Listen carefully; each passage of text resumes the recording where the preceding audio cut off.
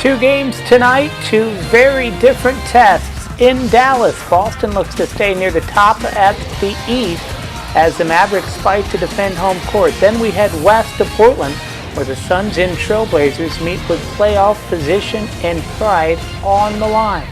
An NBA doubleheader from Texas to the Pacific Northwest starts right now.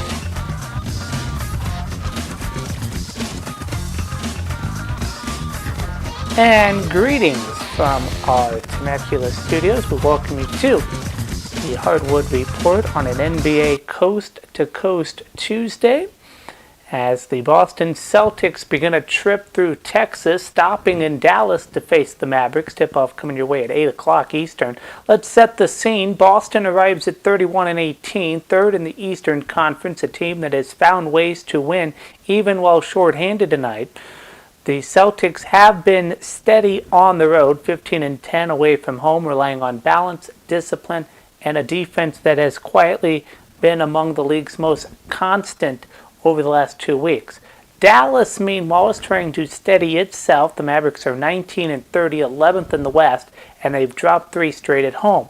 Tonight is about stopping the slide and reasserting an identity built on effort and rebounding. Dallas leads the Western Conference in defensive rebounds, pulling down 35 a game, though injuries have taken a heavy toll on the rotation. From a matchup standpoint, the numbers tell an interesting story. Boston scores 116 points per game, 9th in the East, and shoots nearly 47% from the floor. Dallas will have to defend without several key pieces, including Anthony Davis and Kyrie Irving, and that puts pressure on young contributors to hold the line. For the Mavericks, keep an eye on Cooper Flagg, who's been the steady presence all season, nearly 20 points a night plus rebounds and assists. And recently, Naji Marshall has provided a spark, scoring efficiently and attacking the glass.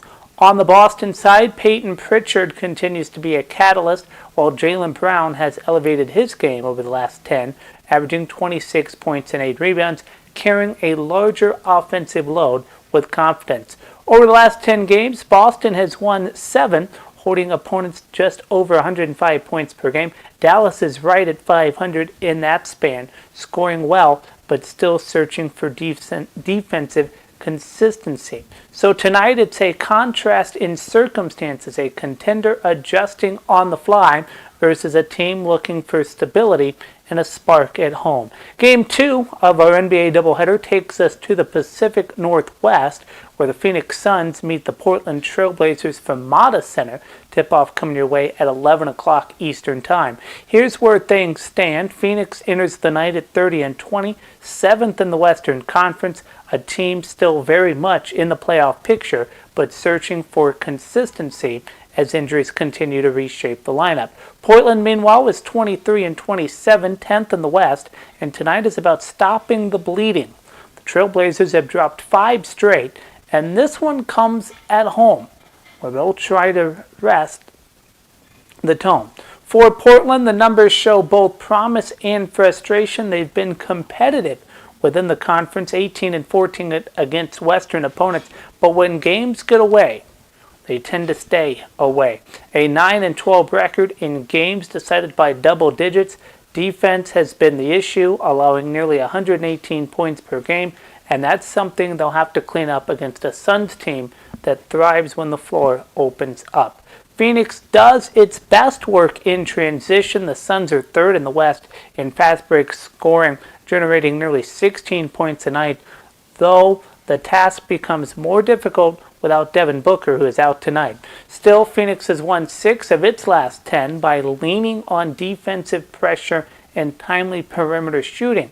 These teams have already met once this season. It was back in November. It was Phoenix taking control early and pulling away 127-110, with Booker leading the way.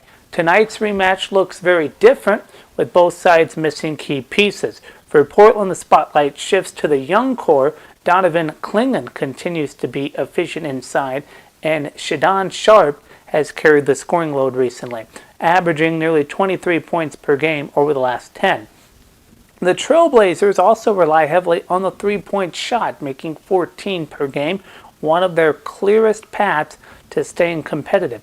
On the Phoenix side, Dylan Brooks has been a steady scorer, providing physicality and offense, while Colin Gillespie has quietly been effective from deep, knocking down over 3 threes per game in the last 10 outings.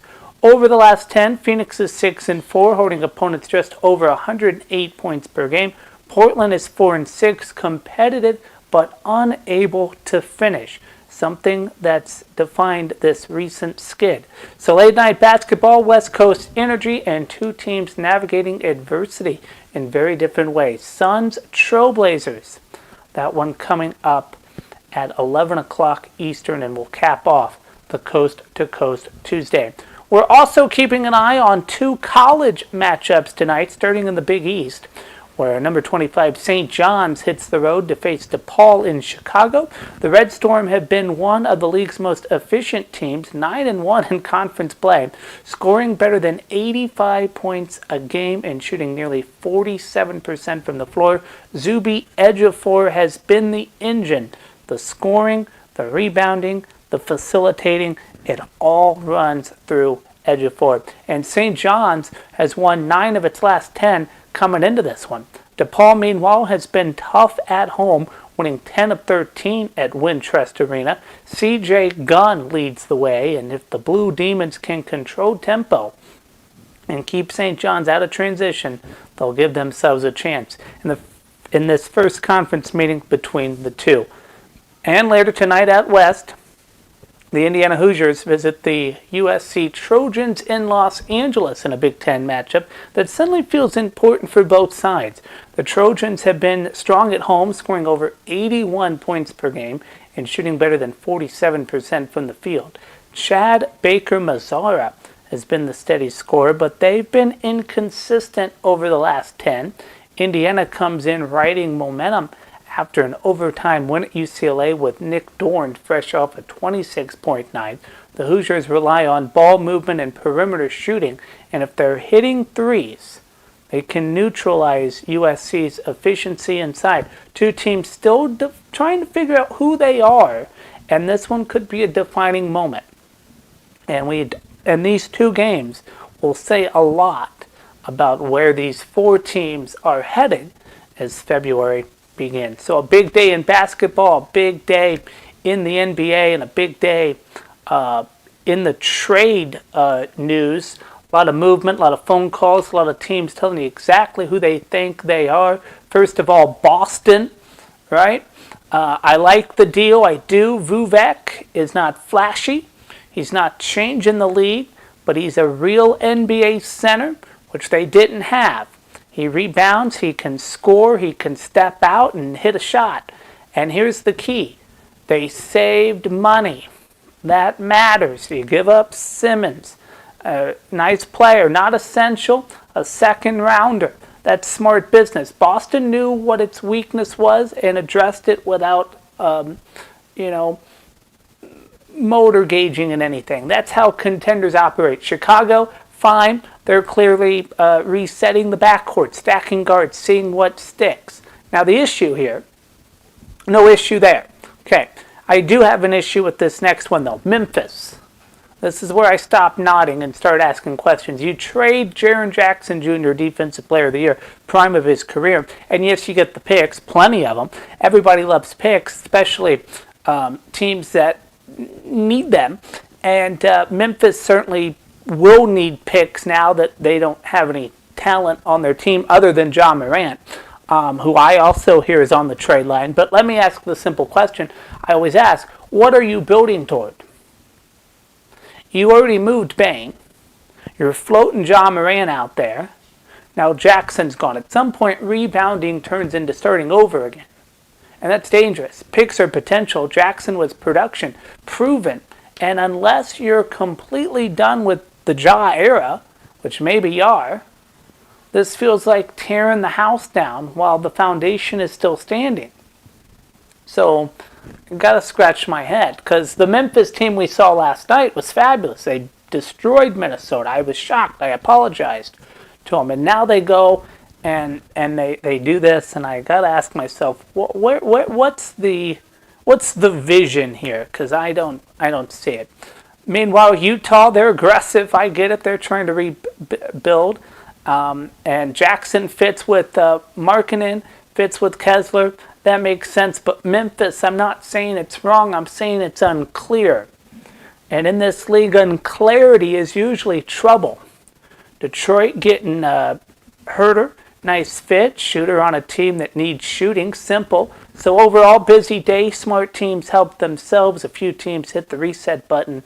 And Memphis, they've got a lot of draft picks and a lot of explaining left to do. We'll see how it plays out down the road. But immediately, right now, coming up in 19 minutes, Boston at Dallas, Tuesday night, 8 o'clock Eastern, American Airlines Center.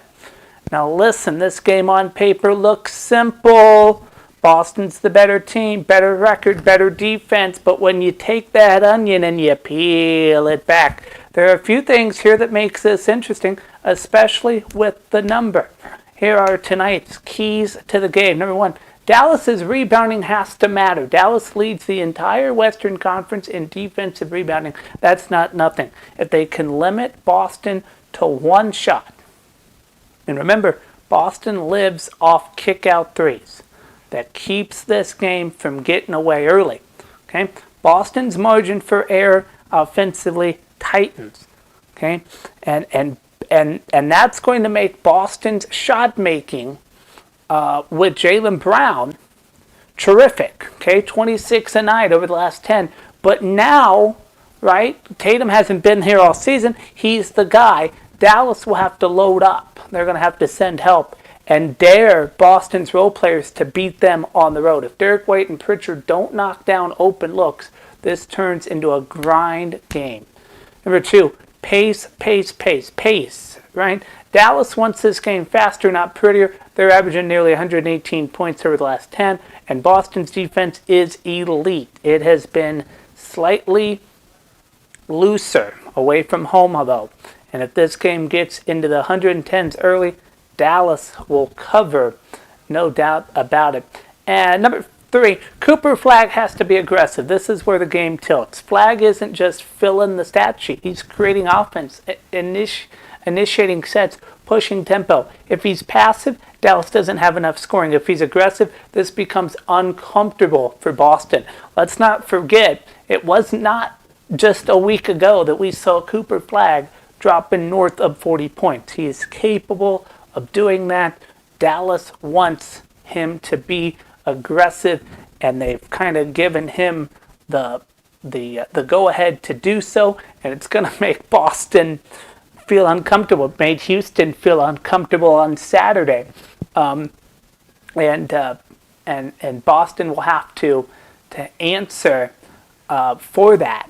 And Boston has weapons now. Don't Jaylen Brown and all of them, they're gonna, they know what Cooper Flagg's capable of, and they're gonna make him work for that too. So don't think that. Okay. Time now for tonight's pick and play. Let's talk numbers. Boston laying 7 to 7.5 points on the road without against this Dallas team that competes at home. That's too many. I'm not saying Dallas wins, but they don't get run out. So I'm going to play aggressive. I'm going to give the Mavericks. I'm going to Mavericks plus 7.5. I'm taking that over 223.5. Why the over? Both teams trend over. Both defenses give you just enough, and neither side wants a half-court slugfest. So I'm taking the Mavericks to win this game. I think Mavericks win it. I think Cooper Flagg and what he's able to do can win this game. I'm thinking an upset. Dallas wins it at home. I'm pulling for the upset. So that's the play. Don't overthink it. I was so wrong yesterday that I'm going to do something crazy and probably be wrong tonight. But I don't see. I just don't see. I think Dallas is going to play too aggressive at home for Boston. We saw it last night against Memphis, or with Memphis against Minnesota, and I think Dallas is going to have that same energy. Okay, we are going to step aside and send you to Dallas in about 15 minutes. So click on over to Peacock or NBC, and you can watch the Boston Celtics and the Dallas Mavericks. I will have the full halftime analysis right